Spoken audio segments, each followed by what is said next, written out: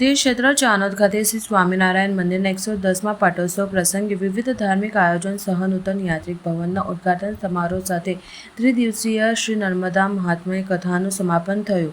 તે ક્ષેત્ર ચાણોદના નર્મદા તટે 110 વર્ષ પૂર્વે મહાન સંત વિભૂતિ સદગુરુ બ્રહ્મચારી શ્રી હરિસેવાનંદજી દ્વારા શ્રી સ્વામિનારાયણ મંદિરનું નિર્માણ કરી શ્રી લક્ષ્મીનારાયણ દેવ તેમજ શ્રી સ્વામિનારાયણ ભગવાનની સ્થાપના કરી હતી।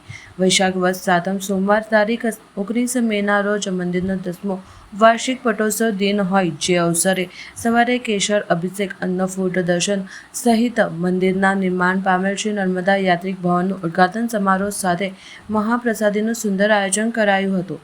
પટોત્સવ પ્રસંગ નિમિત્તે કથાકાર ચિત્રેન્દ્રભાઈ જોશી ચાણોદવાડાના કંઠે આયોજિત તારીખ 17 મેથી તારીખ 19 મે સુધી ત્રિદિનાંકીય સંગીતમય નર્મદા મહાત્મ્ય કથાનું સમાપન થયું હતું। શ્રી હરિકૃષ્ણ ચિમનલાલ બ્રહ્મભટ્ટ તારાપુરાવાડા દ્વારા મુખ્ય અતિથિ રહ્યા હતા, તેમજ ઠાકોરભાઈ છોટાભાઈ પટેલ રામનગરવાડાના સહયજમાન પદે આ ત્રિદિવસીય મહોત્સવનું સમગ્ર આયોજન હાથ ધરાયું હતું।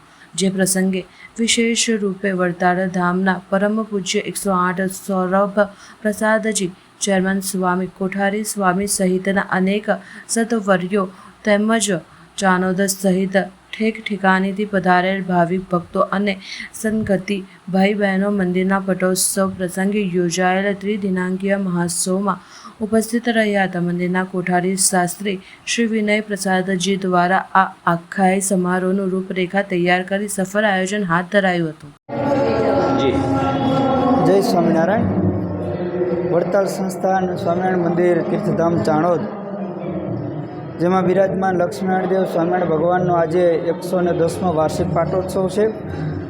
ત્રિદિનાત્મક શ્રી નર્મદા મહાત્મ્ય જ્ઞાન યજ્ઞનું કથાનું આયોજન કરવામાં આવેલું છે, જેમાં 3 દિવસથી ખૂબ સુંદર મજાની કથા થઈ રહી છે।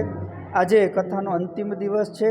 આજના સવારના પહોરમાં ઠાકોરજીનો પંચામૃત અભિષેક, કેસર જળથી અભિષેક થયો, ત્યારબાદ અત્યારે 56 ભોગ અન્નકૂટ ભગવાનને ધરવામાં આવ્યો છે।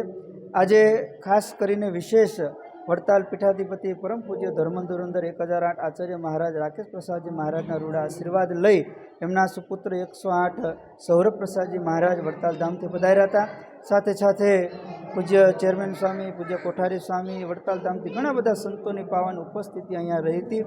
અને વિશેષ એ આજે નર્મદાજી યાત્રિક ભવનનું ઉદ્ઘાટન જે લોકાર્પણ કર્યું છે, જે સુંદર મજાની લોકોના વ્યવસ્થાને ભાગરૂપે અહીંયા એક સરસ મજાનું ઉતારાનું નિર્માણ કરવામાં આવ્યું છે, એનું પણ આજે ઉદ્ઘાટન લોકાર્પણ થયું છે।